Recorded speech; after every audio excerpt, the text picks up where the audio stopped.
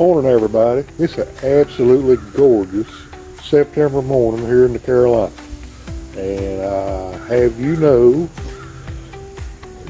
kind of like a blister. You show up when the work's done. I've got all my shutters painted without any help from you.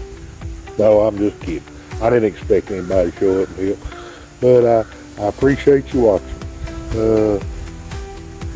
I am thankful as I can be to wake up this morning with another chance.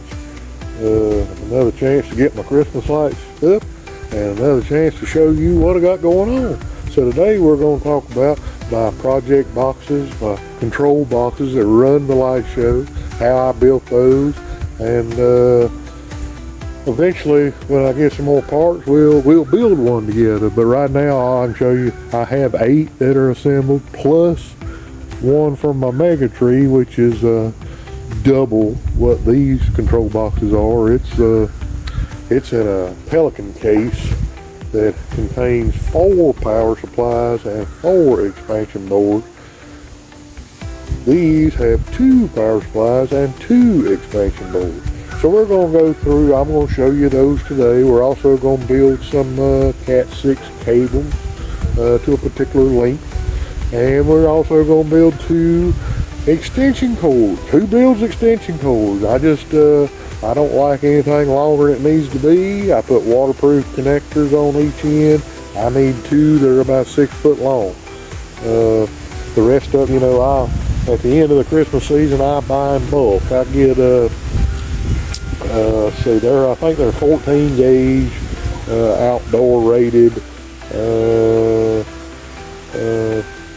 extension cords. I get 75 footers and 40 footers when they go on sale, and I bet I buy a dozen every year. Well, I use a dozen, I doubt it, but I probably have 36 cords, so there's probably 10 75 footers, the rest are 40 footers, and all I got to do is get from the outlet to my control box. I don't have to get to the lights.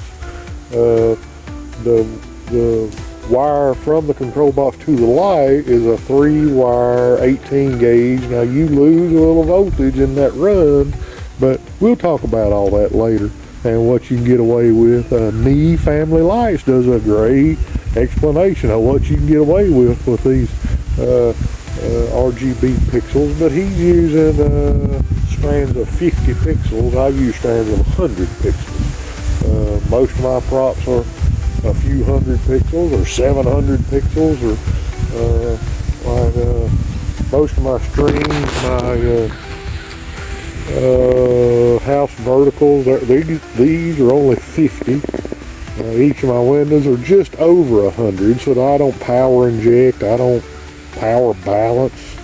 It's just a single prop. Now you get into some other props where it's several hundred, yes, you probably should power balance. I don't really power inject.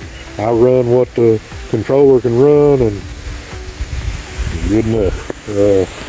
I'll power balance as I build a prop, but I don't put much thought into it. I don't want to deal with it later. So come along, let's learn a little bit today. So these are my control boards. I have 2 expansion boards in each box. 2 12-volt power supply, and that is a Meanwell LRS-350-12. After you feed them power, to achieve 12 volt, and I generally put it at 12.1. By the time you get to your first pixel, it's about 12. You can measure here, I keep runs as short as I can, so when the power leaves each power supply, it's a short little run, which is fused. I have a 20 amp fuse in each 10 gauge hot wire, and I have a negative. The negatives are combined, so I have 110 power into each box. It is then distributed to each power supply. Each power supply powers its own expansion board. Each expansion board has a fuse for each set of wire cables that would come out and go to the pixels. So this is slot A, this is slot A, this is slot B, this is slot B. I make these different lengths so it's easier for me to keep up with. When I assemble the thing, I put clear heat shrink tubing on the end of each cable, and that's a Ray Wu connector. I will then one day add colors, add label maker labels, and then wrap it with the clear. It's there forever. That's my big hopes and dreams. The 3D print that's on here is the SFL design. I make my own these days. I bought these long before I really got into filament printing. I was a resin printer. I did filament printing 15 years ago and didn't like it. So I got into resin printing to achieve what I was trying to do in model railroading. And but about a year ago, I realized filament printing is taking off by leaps and bounds. So we went back to filament printing. I now have about 19 printers, and I don't know why I'm not printing anything. All I print is railroad stuff for my garden railroad. Maybe I could design something that everybody wants, but I hadn't got that. I'm spending my time talking to you fine folks and making YouTube videos. So I'm going to show you how we make these cables. As you see, we made CAT6 cables inside of this control box, and you make them throughout your show. I would really like some outdoor rated CAT6, because you know your show's outside. This is September. I'm not going to take it down in January, so that's a third of the year. But me being unemployed currently, I can't afford it. So if I have to remake it next year, we'll remake it next year. I think y'all understand I'm an avid gardener. I love to be outside in the wild, and birds. And I don't know if you can see over here, I used to raise peafowl. I have raised every kind of bird there is, from parrots to chickens to turkeys. Peafowl was my favorite. Just the genetics in peafowl amazed me. We had a hurricane and it wiped out my pen, so I had to put mixed birds in the well, then we had a coyote issue. Coyote got in the fence, got 2 birds. By the time I could get it, raccoons will kill you birds. Peafowl are resilient. I mean, they'll fight a lot. So for them to wipe out my flock was devastating to me. But I hadn't picked it back up, and I'd like to. As the bird flu threw up north, it wiped out a lot of people's flocks. So the price of peafowl went astronomical. What was a $30 bird when I got in the hobbies, now a $300 bird. Your $300 birds were now $1,200. I mean, everything went a little crazy, and right now I can't get back into it. But I love birds, so we have a ton of bird feeders. We love watching birds. Like the crows, I give them special things, and I have lost tractor keys way out in the woods. I mean, I got several acres here, and lost my keys, and I don't, people talk bad about crows, but they brought my keys back. I know that sounds ridiculous, but this has happened more than once, where I have lost something out of my pocket, and the crows will bring it back to me. But I got something I want to show you today. I'm sure you think it happens in nature, and it's a little morbid. I have family in the funeral business, so I will talk morbid every once in a while. I want you to see this because it's not something you see every day, and I want to share it with you. We also feed hummingbirds. We're hummingbird lovers. You can sit out here on this deck, and there'll be 60 hummingbirds around your head while you're trying to have a conversation. But we have a golden orb spider, and we have several every year, and I let them stay where they're at because they're doing their job. This spider has caught a hummingbird and is in the process of eating it. She has caught a hummingbird and is devouring as we speak.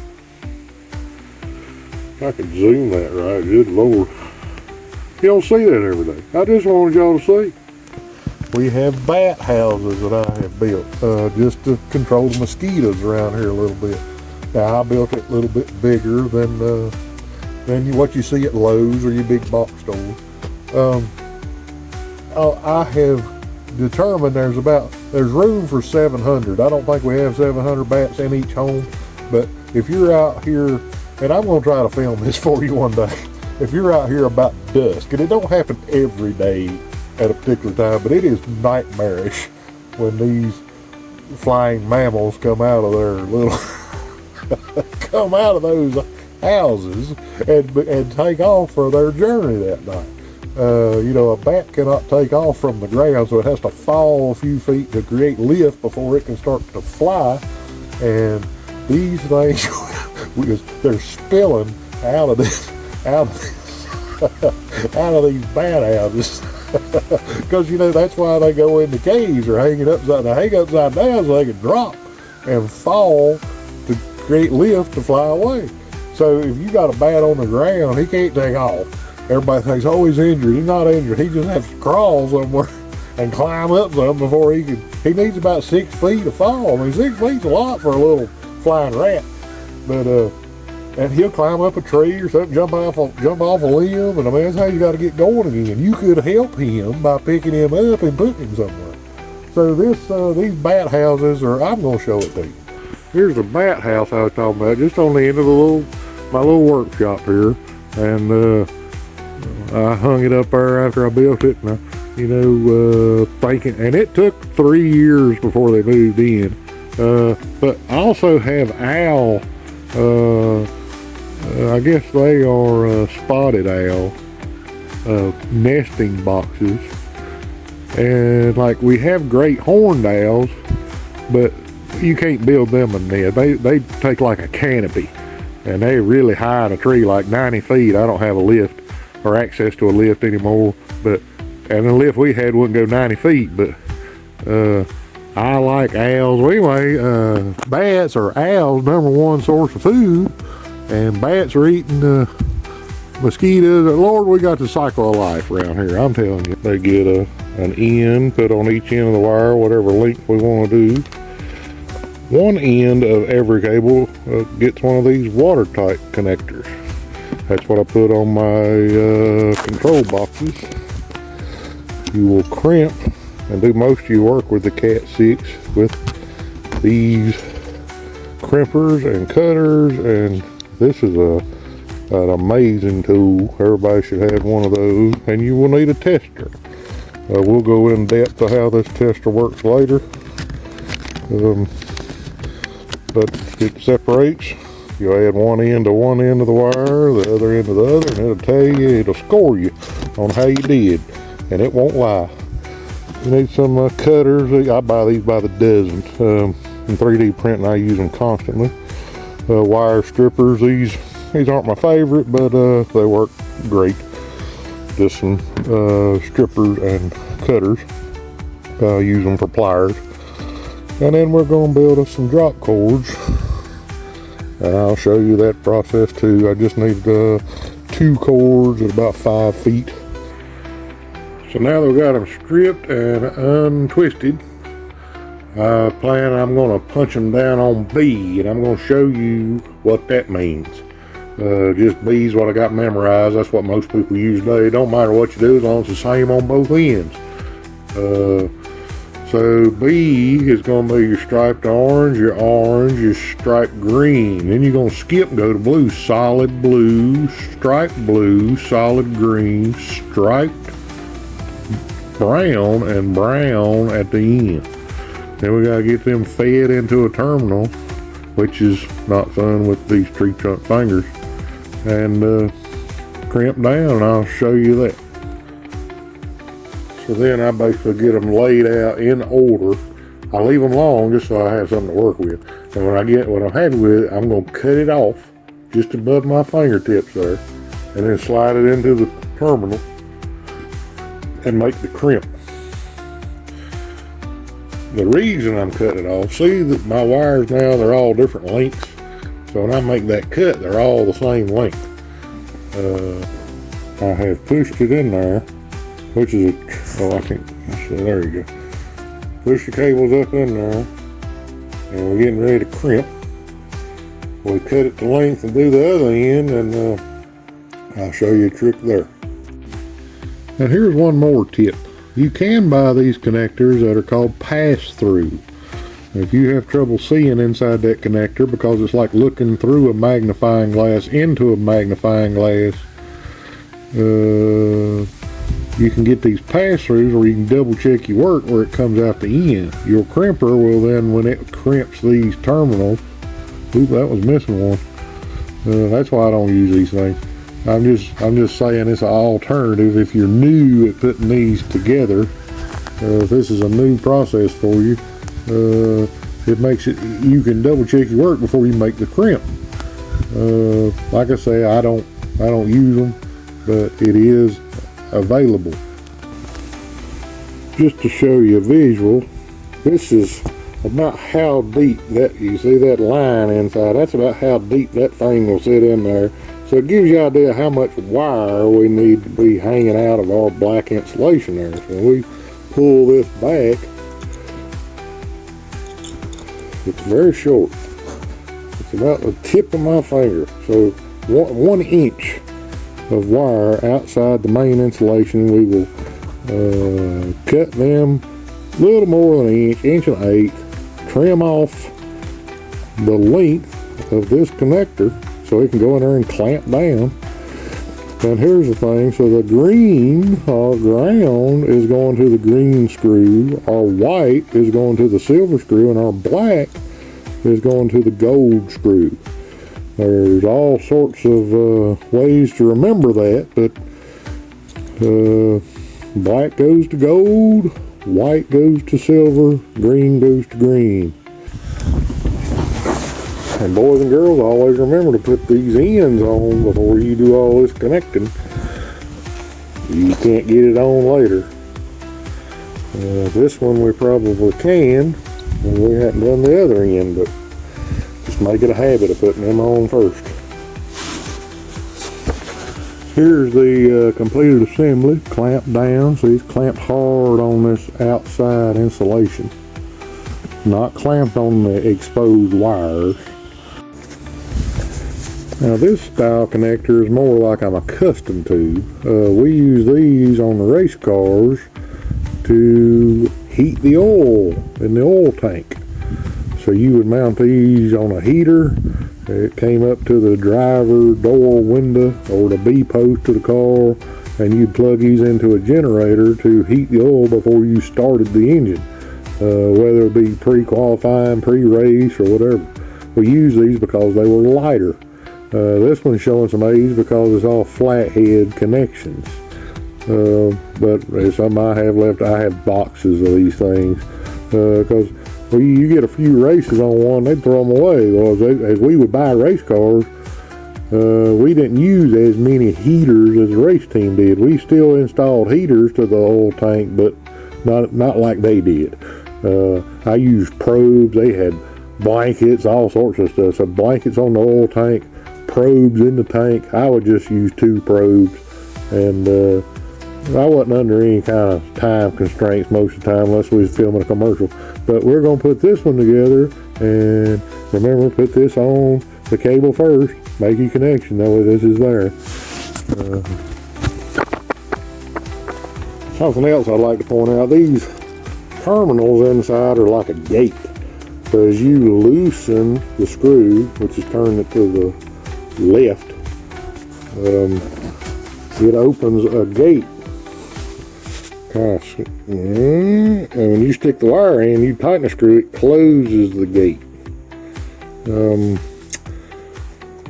We'll get in depth with that later, because the expansion boards in the control boxes have the same type gate, and I'll show you how it operates on a better, I'm outdoors leaned up here trying to give you, I'm filming this with my phone. I'm doing the best I can. So And this one actually recesses into the plug like that. And we'll tighten this together, clamp it down, and that cord will be complete. So here we are, one extension cord made, roughly 6 foot long, that is water resistant for our purposes, heavier gauge than what you could buy that length. You know, if you go buy a 6 foot cord, they're two pronged and they're not grounded. You know, I kind of need this grounded. This is outdoors. Well guys, I appreciate you hanging out with me today. Hope you learned a little something. We'll go in depth a little deeper in them project boxes and how I build my control boards for this light show. And I wish I had one that wasn't fully assembled. I got 4 extra this year. I guess I could take one apart and pretend to build it for you. Maybe I need to show you about. You let me know if we run into a problem, showing you show you the problem, show you the design of a 3D part, show you the print of a 3D part, and its application and installation. I'd really love to do that for you, but you know, I move a little fast when I need a problem, when I have a problem, and I overcome it pretty quick. I guess I'll start selling these little trinkets I make, but how many of you's out here doing this to your home? You know what I mean? I helped a friend of mine not long ago on his house. He installed a Ring doorbell, and he didn't know how to do it. And I said, well, you just drill in the brick, mount it. Well, how you drill in the brick? And I thought, well, who don't know how to drill in the brick? I've been drilling all this stuff because I'm drilling in mortar joints. I'm just using a regular drill with a masonry bit. Now, if you was going in a brick, you'd have to use a hammer drill. I just hate pulling that big heavy thing out. But I'm going to have to use it because I'm going to bring you along for that. I got to put up one more closed circuit TV camera, which has got a mount in the brick, and I got to make a run between the brick and the shadow sticks of the home. So got to make a run between there's a little gap between the brick fascia and the stud wall. Stud wall has like the house is built in '62, so it has like an insulation board on the outside. So there's a little bit of a space between the brick, the rear of the brick, and that wall. So I'm going to drill through the brick, and I got to run down that and then go through the ledger board, a header. I don't know what you call it. In the basement, I guess it's a header. But the house is built on top of that, where those boards are stood up on the brick, and then the floor joists are mounted to that board. I got to drill through 2 of those to get to this little gap and hopefully pull that CAT6 wire down to that. Anyway, we're going to try that this afternoon because she'd really like to have a camera where she's wanting it, and it would help. The camera system we have is lovely. You can watch it from your phone. We can be in Tahiti, and I can watch what's going on at home. It'll alert me for a person or a vehicle. It's smart enough to distinguish what's what. The deer don't set it off, the dogs don't set it off, but a person or a vehicle will light the fire, and it alerts me on my phone. I can then watch. It stores footage for 7 days. Depends on the number of cameras. I think I have 12 cameras currently. It can run 16. If at 16, it'll go about 5 days of keeping track of what's going on. So if something happens while you're on vacation in Europe for 2 weeks, you may have to stop and download at some point. But either way, we'll get into the camera thing later. We're going to add that one camera this afternoon, start this afternoon, hopefully get that knocked out pretty quick.